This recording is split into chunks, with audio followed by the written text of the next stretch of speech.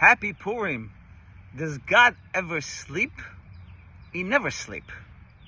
But in the story of the Megillah, in the story of Purim, we're reading in chapter 6, where the main story of Purim begins, is with King Achashverosh couldn't sleep. And the Talmud tells us that that's where the miracle really begins. And our rabbis tell us that the king refers to the Almighty King. That the Almighty King, sometimes God make himself like he's asleep. And when is it? When we are in a state of sleep. When it comes to Torah and mitzvot, and instead of being aware of God and aware of our Yiddishkeit and living it, we are like spiritually asleep. Then God forbid God make himself like he is asleep.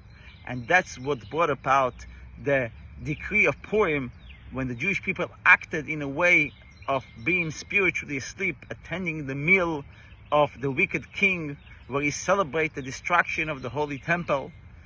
That made God like he was asleep, and that's brought upon the decree of Haman to annihilate all the Jews. But once the Jewish people awakened themselves through Mordechai and came back to God, when Mordechai woke them up and they were in a state of spiritually being awake, then God also made himself awake, and he heard the cry of the Jewish people. And this was when Mordechai gathered 22,000 Jewish children and taught them Torah, and they were all ready to give their life to God. Not only the children, men, women, and children, everybody was ready, was so dedicated to God that they were willing to die for God.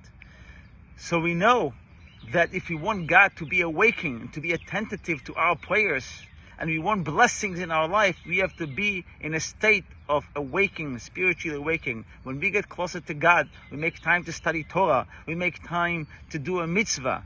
We are aware of God and making God a part of our life, then God is awake and hears our cries, our prayers, and brings us blessing in everything we need, collectively, all the Jewish people, and individually blessing in our life and everything we need. Good Shabbos and happy Purim.